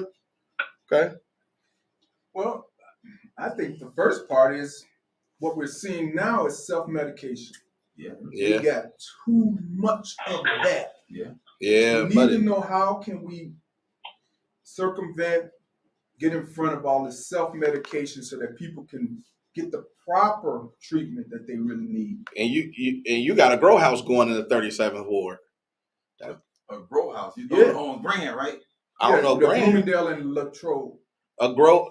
Lamont Lamont. and Yeah. Bloomingdale. You Yeah, got a grow house that coming. popped up. That's no other story. But go ahead. But I mean, but that speaks to self-medication, though. Right. I mean, we have to understand that there may be some need for it, but who's actually watching, like a doctor, when they give you a prescription or something, they know how much that you need, and they know they're looking at how much you're taking, so they know if you're going beyond your limit or if you're not where you need to be. But when I say self-medication, when people just don't even have physicians in mind, Yeah. or anybody that's that can actually give them the right direction on how to treat themselves and get themselves better. So we need to look at how we can get people off of the self-medication and into the right direction, first and foremost. The other thing is you can't get people to go on and turn themselves and say, okay, go in and put yourself in, or I'll put you in. It doesn't work like that. Yeah. They have to see it for themselves and do it for themselves, or they'll let them out the next day. It's just the way the system is. Yeah.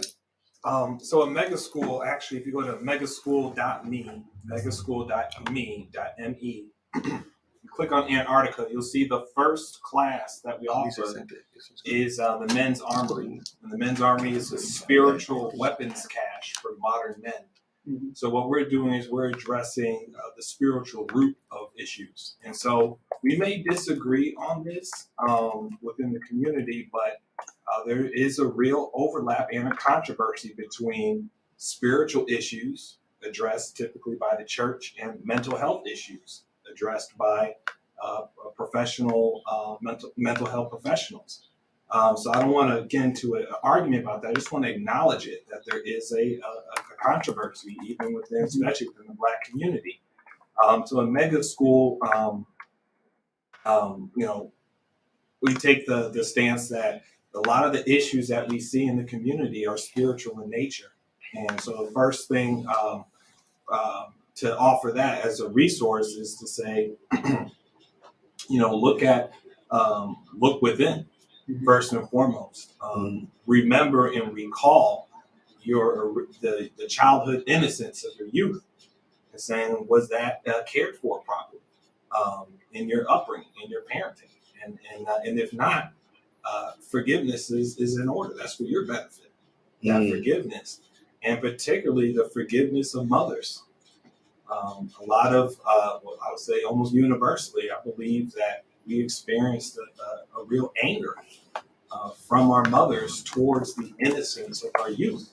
And we never learned how to respond properly to that. So not to, by any means force that, but just saying that's the perspective at mega school, and it's just something to think about in this large discussion. Yeah.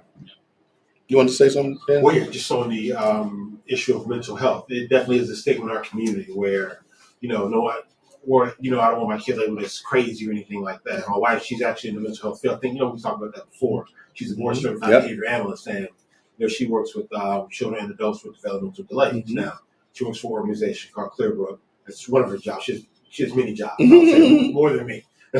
Probably smarter than me too. Where a lot of her clients, they're white. They're like the northwest suburbs. Their parents put the resources into them. They have like Scylla homes where they're cared for. They have therapists and everything on deck. Whereas like our people, we don't want to get into that. We may want to whoop it out of them, or stuff like that. Oh yeah. Which corporal punishment, it has its place, but sometimes it's not always the right. Yeah, because them slave masters used to beat the devil out you if you thought you was going to escape from them. True, very true, very You true. feel me? So Yeah. Now, my thing is, I say it jokingly, sometimes kids they're hard of hearing, and sometimes a little bit of love may be needed to unclog the ears, but that's in extreme situations. But definitely mental health is definitely a stigma, and to really get that word out there that it's okay. My wife, she tries to go out there and talk to different groups about mental health and how to and work with therapists, but also knowing your resources too. Where, Right. As kids, there's this thing called a punch list, where it's for those with who can't take care of themselves. So you have to start them off. It's hard to get on the list, but you start off young and get interviewed for. So once they turn 18, then they have resources like group homes or Scylla homes, and there's money for them to be able to function, things like that. So I think mental health piece is very important to getting the word out there that it's okay to seek therapy and to say, hey, my kid has ADHD, or my kid is on the autism spectrum, or maybe different issues, so they're not self-medicating with weed and alcohol, maybe stop the voices in their heads. Yeah. And another thing on top of that, what a lot of folks do, I've seen it where they'll go to one of those mental institutions, get on the medication, come down, the voice is stopping their head, they calm down, but then they think, well, man, I don't need this anymore. Yeah. They stop taking it. Yeah, and then go back down again. And it's just an vicious cycle. Yeah. Yeah. Thank you. Tiny, I see a hand was up. Did you want to say something again? About mental health, we have the Encompassing Center, 3019 West Harrison, where it's funded by people's property taxes. Not funded by the state, not funded by the city, but by people's property taxes. And we serve Lawndale, East Garfield, West Garfield, and if you don't live in those areas and you come to the center, we can give you a referral. It's right down from 11th District on Harrison, right? Right down from 11th District and right next door to Threshold. Okay, right. All right. So while we on the Zoom, anybody else want to jump in here? We've got a lot of people on today. Questions, responses, answers. All right. Come on, I thought y'all was gonna grill Howard Ray today, man. Yeah, right. Come on now, what's up? I got a question for Howard Ray. Since no one else wants to say anything, I'll give him a second. Where the 37 at least. You know we got people from 37 on. You want to know the boundaries you're asking? No, we got about 30 people on. Oh, okay. In between all these different things. Maybe. But no, well, let me ask you this, Howard. I know this is your first attempt running for alderman? Yes. Okay. And you've lived in the ward how long? 25 years. 25 years. That's approximately good amount of time. Quarter of a century. What have you seen that's been dramatically changed in the ward, in the downside, in the negative, that you definitely know once you get in, you can make some headway? I'm not saying a total turnaround, but at least make some headway. What I've seen and what I've heard is people being displaced from the community. I call it internal displacement of people. And these people have had their homes for years, and all of a sudden taxes are raised, crime get out of control, and so they fear for their family, especially with the crime. And they move like a force, make them move. That, to me, hurts me because I'm speaking from a person that I know to live close to me down the street from me. And they come crying and say, I can't stay here no more. I don't want my kids killed. I'm like, just hold on, we're going to get this together. No. So that really hurt me. And then just the other, like how the streets are bad. Paper everywhere, the service, sewers backed up, people complaining about the water coming in the basement because the sewers aren't clean. It's just the service. We're paying almost the same taxes at Lincoln Park or one of them other neighborhoods. They pay a little bit more, but our service doesn't equate to that. Our service in our community is terrible. So that is what's like bad. And I want to make that change because we should be living just like any other community that has equity where it is. Oak Park. I keep saying Oak Park because that's next door to us. Yeah. But we should be living, and our kids should be able to perform. And I'm gonna say one more thing. So I go. Sometimes I run in different places. I jog. So I see. For 2 days I ran in Oak Park. I ran from my house. I ran from my house to Oak Park, and I see 2 ladies with their kids, and I know they live in the area where I live at. I said, why you don't just, use ore? It's too much shoes. So they got to come way. And then when I look at Halloween, people got to come way outside our community to go trick or treat in another area, Oak Park. That hurts me. Mm-hmm. That hurts me. So that's the answer. Mm-hmm. You had a question, Daniel. I did, yeah. So for Brother Ray. So I know we're talking about creating jobs and everything in our communities. $50,000 job, go ahead. Yeah, well, even more to that right there. I mean, I know we're looking at building stores and things like that, but what about jobs for the future? Like, I mean, maybe in our community, something maybe more in the STEM field, get that STEM training, and even create like a STEM corridor in our community. So that's our sort of thing where maybe other areas may have the go back to the meatpacking industries or other areas it may be I don't know, retail, where our communities could be that tech hub, and we can have our people learn that and get that valuable skill, so we can be ahead of the curve. What do you think about that? So I'm glad you mentioned that.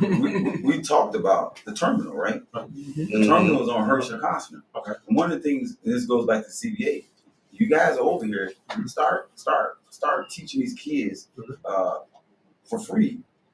We got Piccolo, we got Orr, we got McNair, we got John Hay. Bring these kids in and train them on the STEM, and they should have a choice to come out to school. But they said they didn't want anything to do with school. Just the man told me. So so that's going to change when I get in office. Then right now in Bethel New Life, they have a program now where they're teaching kids how to fly drones.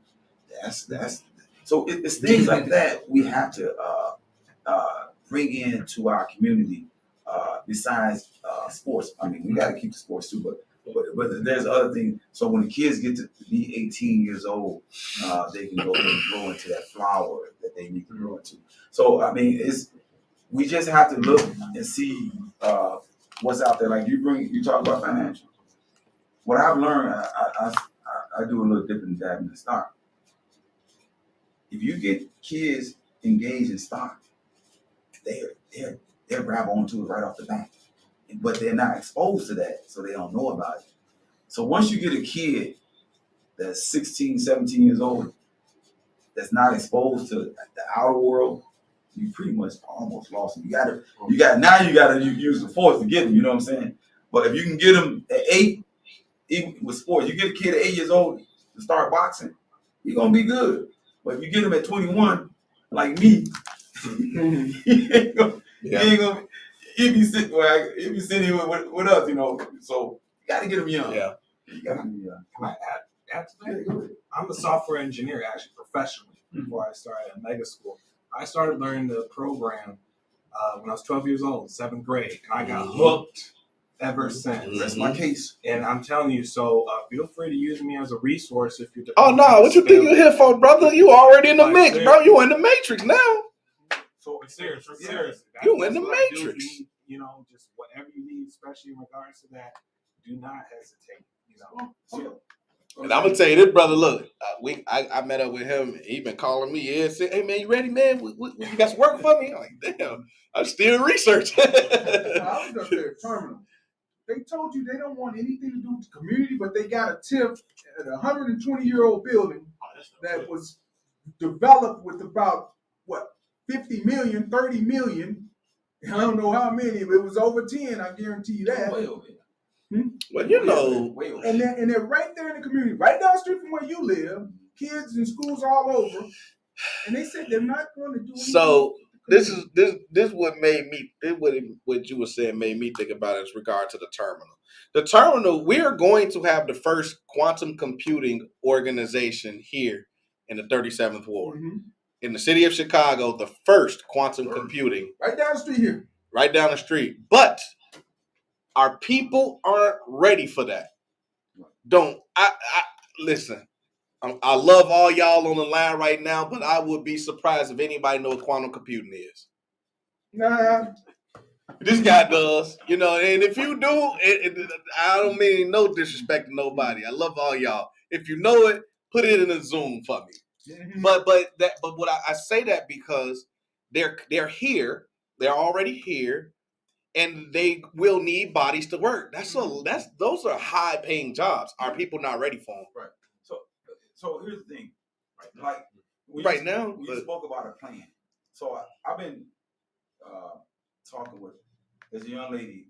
She's pretty big with IBM. Her recruitment, her thing is she's been supplying education tools, whatever you want, all the products to the HBCU colleges. Her thing is, like, to your point, we have to start off on the robotic science, teaching people how to build robotics and things of that nature. Yeah, It's a branch. It's a branch. That's a branch. So even with Her name not Veronica, is it? nah, Just kidding. not Okay. right. Because I just met a woman named Veronica. But she's in our community. She's Okay. well.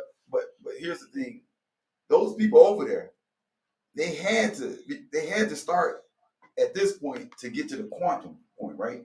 Yeah. They so with them people, or they know somebody, they can have a class or two for the kids.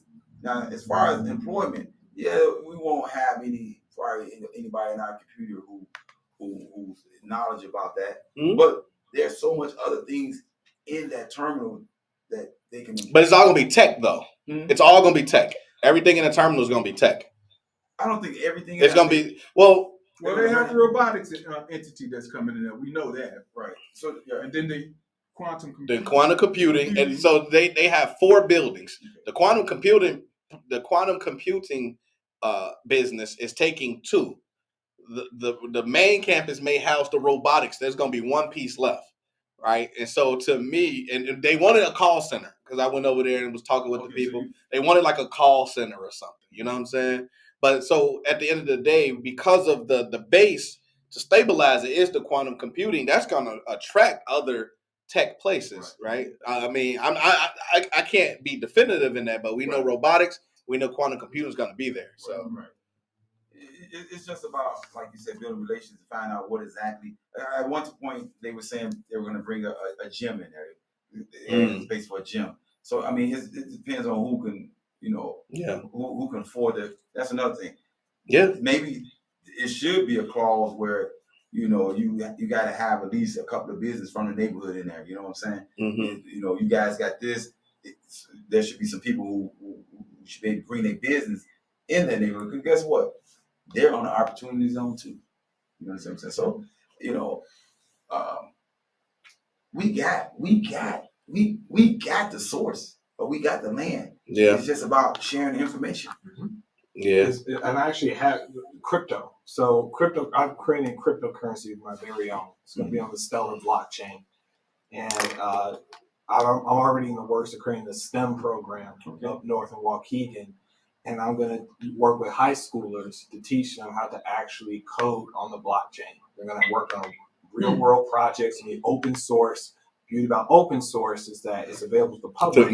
You're building your resume, right? Literally. And so basically, talk to them. It's I'll send you a link, Howard. I'll send you a link. But basically, in order to understand crypto, there's a link between quantum computing and crypto, is that you got to understand how macroeconomics, the banking system, Mm-hmm. and all that, including the financial literacy that I was mentioning earlier, Mhm. all of it. Mm-hmm. I realized I never wrote it out before, but I realized there's so much prerequisites before you can really get into start coding, right? Now, I'm doing all of it because I've lived it. Mhm. So, but I am more than eager to work with high schoolers to connect and see how we can collaborate. Now, with the quantum computing, is that with blockchain technologies like Bitcoin, they're not all necessarily resistant to quantum computing, which means quantum computing can break their encryption. That destroys the whole system. So there is a strong link between cryptocurrencies specifically, and obviously finance. You know about stocks, and then even with physics, which is what quantum computing Mhm. results in. And certain projects can hold up to it, certain ones can't. You need to know it all. So that's an excellent interdisciplinary subject to get them involved in, and I can put them to work. See him, this guy right here. He should be in that building. Man, teaching the this kids. what he here for, Right. man. He could be in that building right on Hershon. What is it, Hershon Costner? Right. You have a section in the front and back, and the kids from Orr, Piccolo. The whole Now, the I guess the machine or the computers are there. Hey, What do you know about NFTs? Okay, so non-fungible token, that's what that stands for. Mhm. Basically, in contrast to, they're basically just immutable. You can't divide them. That's Mhm. the point.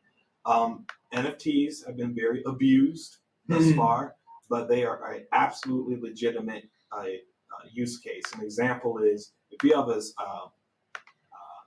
let's say art, actually, is what you can use very legitimately in many cases. If you have an artwork, you can transfer your artwork to someone else and get automatically Mm-hmm. commission every single time it changes hands. Mm-hmm. So now you got amateur artists who are now getting paid properly the way rich artists have been getting paid, for centuries. Another one is if you have ownership, if you actually deed to a land, or if you purchase a movie that's digital, the NFT would be something that you can literally keep with you forever. Nobody can take you. Is absolute proof of ownership.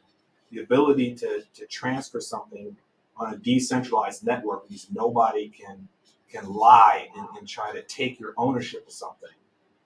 When it comes to a deed, when it comes to digital ownership, art ownership is extremely powerful. So our community should absolutely be leaders, and I mean literally, because no one else is really doing it. Yeah. We should be leaders in the proper use of NFTs because the industry desperately needs it, the world desperately needs it, and our community does as well. Yeah.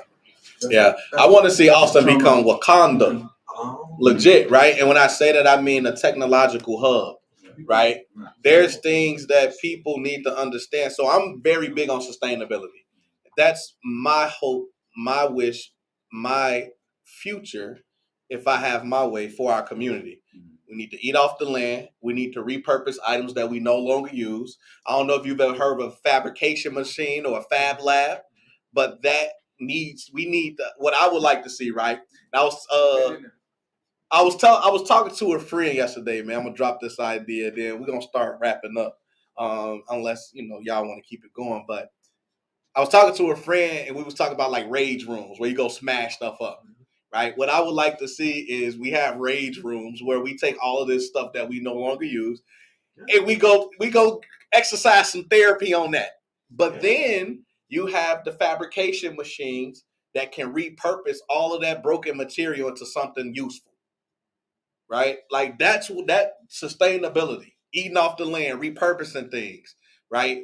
Teaching ourselves to become more financially independent, right? Like that is the vision. That's for me, the future for us is becoming more technologically savvy and becoming, eating off the land, repurposing things and really learning how to build ourselves once again. Because we are here, right? And thank the good brother George Floyd, in his trials and tribulations. But we only got so much more time before they be like, all right, we need to cut that well off now. You know, that spout, you know, man, because it opened up. He opened up, you know, and let the floodgates through, and everybody's DEI this, and the black people and the, you know, BIPOC individuals need, you know, their fair share for all they hadn't done. They've done and had not received. But that's gonna run dry real quick. So we right here. For those that don't know what BIPOC is, that's what is it? I don't even know what BIPOC is. It stands for Black, Indian, Industrial, indigenous people of color. People of color. Yeah. I use that term because that's what we at right now. Right. You know, for the last year and a half, I watched a lot of documentaries. I see a lot of these videos. What you talking about, sustainable? Yeah. And this is my vision also, but it's about, do I have a plan for it? Yeah. But it's about engaging people, educating people. This bottle right here. Yeah. In Colombia. The rainwater. In Africa, right? Yeah. Yeah. You ain't even show your face, man. I got you. Yeah, okay. This is Howard Ray. You see this bottle? Recognize it. I got some February 28th. Some Ray 2.0. In Africa, in a lot of third world countries, really they're not third. We become a third world country actually. But in Africa, Colombia, a lot of countries in South America. This bottle, they're using to build houses, and what they're doing, they're stuffing, like in Africa, they stuff sand. They probably mix it up, and they're able to build houses that like bricks that would stand any brick that we have, especially cheap brick they use now. Colombia, they're taking these bottles and doing things with it, and they're building houses. They're building high rises. So, you know, with all the pollution we got going on, when you drive down the Vision, Augusta, you see these bottles all day, every day. If we can educate and start, maybe go down to Colombia and learn what they're doing, to Africa learn what they're doing, and start a manufacturing. This is what you're talking about. Absolutely. This could be a new way of living, because what they put in there, it hold tight and it retains the heat and it retains the coolness and it trays up. So we have sometimes as an elected official, and I don't see this much, we have to start thinking outside the box. Yeah. You know, that's exactly. You got to. And that's what I do.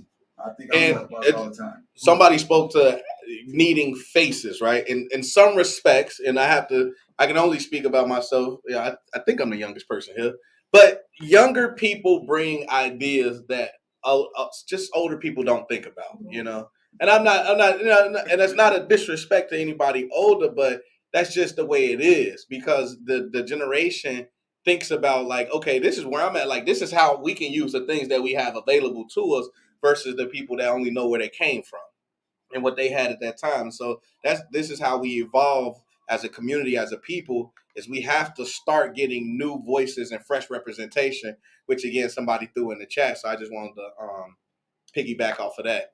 But listen, we got a bunch of people on the line. So we always wrap up by going throughout the Zoom and having everybody give us a final thought. So we want to start that a little bit earlier because we over 8. You know, and we could be here probably another 40 minutes with how many people we got on. So listen, we do this thing from 6 to 8 p.m. every Sunday. We have various ways you can interact with the show. We got the Facebook, the YouTube, the Zoom. Try to make sure that everybody's in, man. If you ain't get a chance to speak, that's just because you ain't want to tonight. You know, we went all around the table, man, and we had a great, great conversation. But I definitely want to end it with some great final thoughts. So I'm going to start with Tiny. Thank you. Okay, I would just like to say, you know, like next Sunday is Dr. King's birthday, and everybody always have a lot of good things to say about him, but we say very little about Al Raby, the guy who invited Dr. King to Chicago.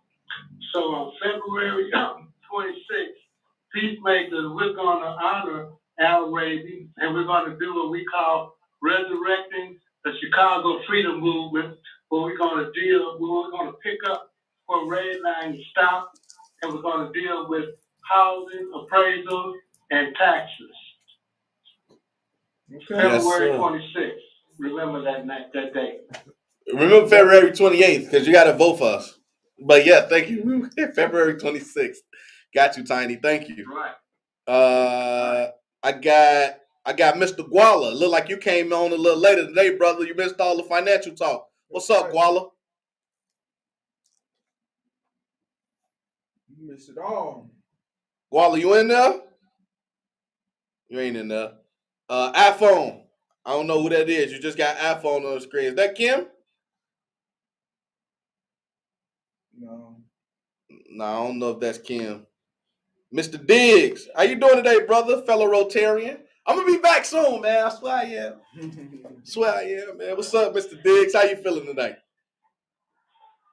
I'm doing very well, brothers and sisters. Thank you for the invite, Brother Robinson, and really enjoyed listening in, and very excited about the opportunity to participate more and getting more involved.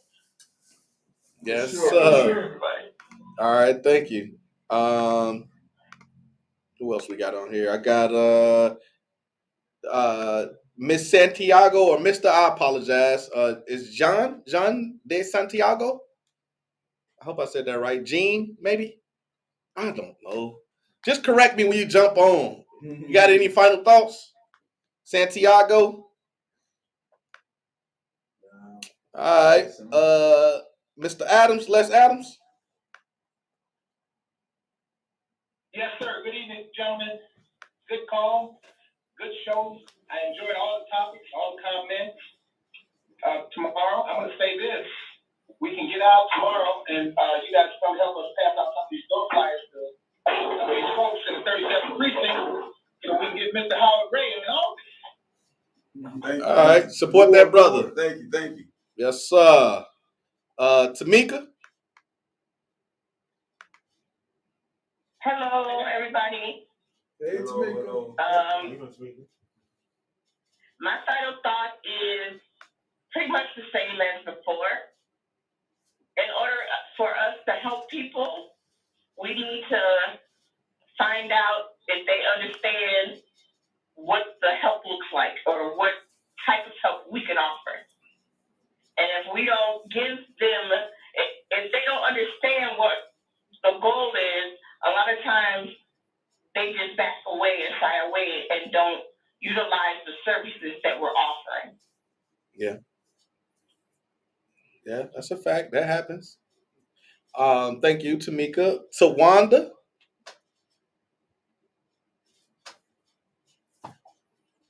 Hello. It was a really good meeting, and I look forward to hearing from you guys going forward. I think this type of collaboration is something that we need in our community, and we don't need it just one time, but it should be something that you guys can, bring to the table, ideas and ways of helping not just the Blacks in our community, but the Hispanic community within our community and everyone else in the community, so we can live in a beautiful, safe, peace space where everybody is supported and families are growing and children are learning and we can be outside feeling safe. Yeah. And just keep up the good work. Thank you. Thank you. Yeah, our show definitely on every Sunday. I like to make sure that we don't call it a meeting because people be like, I'm tired of meetings. We just, we just trying to have fresh conversation. That's all. But thank you. Thank you so much. Tracy? Right. What solutions? Tracy? Next. Yolanda?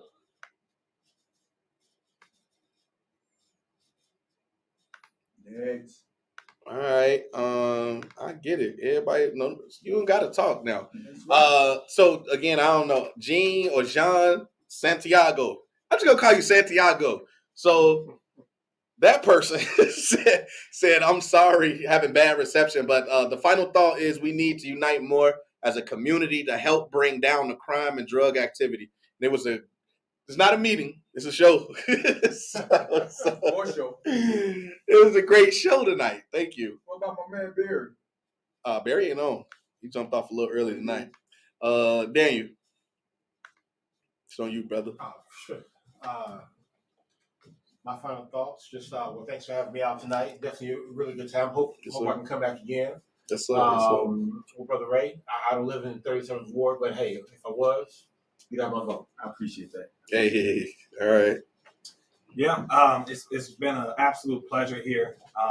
Just all the more reason to be optimistic, dig in and keep working harder to serve the community. Looking forward to working with each and every one of you to empower you for whatever I can offer. And yeah, this has been good. Yes, sir. Well, I just want to thank all of the men are here today. This is the first time we had this many men in the room. Yeah. In a long time. I was texting some women today. I said we got too many hard legs in here today. Said we need some of that divine feminine energy, so we might try to get some women in here, man. Not only that, we have some very intellectual people in here that have had some great comments, thoughts, and hopefully some plans to better our community. Yes, sir. That's it. Yeah.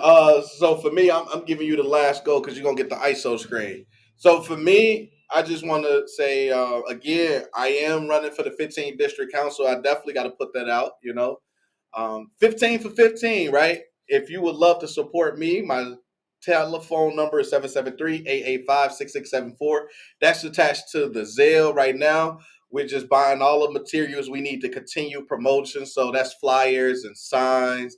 And we are going to start making calls soon so that we can continue to push this effort to get me placed on elected, because I'm on a ballot, to get elected, because we do need representation, young representation, but also people that have been doing the job, as these brothers spoke today. And that is me. And I believe that I will be one of the greatest candidates that will be able to sit and speak and represent the 15th district. There are 3 candidates that you can select. So please choose the best 3. And one of those best 3 is me. So thank you so much. And then I'm going to pass it over to Mr. Ray. Let me get you all set up, man. I'm going to try to play around with your thing here and see if I can get that on. If I can. You know what? Let's see. I'm not going to be able to. You know what? I'm going to be able to. But what I will do is this. Let me set you up. So where can people reach you? Let's do that first. Put it on there. No, I'm going to put it on the screen with you. Where can people reach you? Well, you can read me on pretty much all the social media. He's going to put it on the screen. You can meet me on Facebook. I'm trying to pull it up now. Let's see here. I got you. Oh, yeah, okay. Yeah, it's a lot of places where you can reach me. So look, I want to give you ISO screen, but I got you right here. So if I got you right here, I can't put you on ISO. Which one you want to do? You want them to hear you? You want them to see you and hear you? Or you want them to, how you want to do it? You can't do both of them after I finish? No. Unfortunately not. You can't do, okay. No. So I split it on mine. Nope. Unfortunately, I ain't going to be able to. So I could do it like this. So I want to give you your space. How you want to do it? I'll speak. Okay. To mi gente latino, necesito tu ayudas de February 28 para en futuro vota para mí. To my people in the 37th Ward, the elders, I need for you guys to come out and vote for me, because my policies, my safety policies, are going to protect your children, your grandchildren, and your great-grandchildren. It's going to provide them with illustrating their dreams and putting it in use. My safety policy is there, and I need your help. Right now, we're looking at the votes history. A lot of younger folks are not voting, and I need you guys to come out. The elders, your job is not done yet. I need for you to talk to your children and your grandchildren and tell them how important voting is, because you guys know. Because before I was born, you guys was going through the civil right, you're going through all type of voter suppression. So please, your job is not over yet. Please When they come over for dinner on Sunday, talk to them about that. I have a policy to protect them and have a future dream for those people. Now, as I mentioned to you guys before, I've been in the public service for 31 years. 31 years. I started off with the post office. No, I'm sorry. I started off with CTA. I started off with the postal service as a mailman. I was a bus driver for CTA. And then currently I'm with the CPD. With that being said, I know what this community needs and wants. I've talked to everybody in the community pretty much. I've been on everybody's porch. I've been in everybody's backyard. And I've been in all the alleys in the 37th Ward. With that being said, your vote for me will provide a better future 37th Ward. I'm even saying, I've even anointed myself as Mr. 37. We're coming into a new age. This war is not going to be the same. I'm preparing myself to become an alderman before I'm even an alderman by building a coalition. On February 28th, come out, vote for me, and I promise you, things are going to get better. And that's pretty much all I have to say. All right, bet. Well, thank you so much, sir. Let me just switch it back over here. All right, y'all. As I mentioned, listen, we do the show every Sunday from 6 to 8 p.m. Various ways you can interact with our show. We have the Facebook, the YouTube, and the Zoom. You just choose what works for you.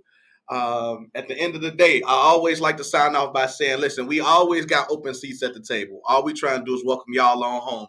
Thank y'all for allowing us to welcome you to the Northwest Austin Council. Y'all have a good night. Good night, all. God bless everybody. Thank you. All right, Tiny.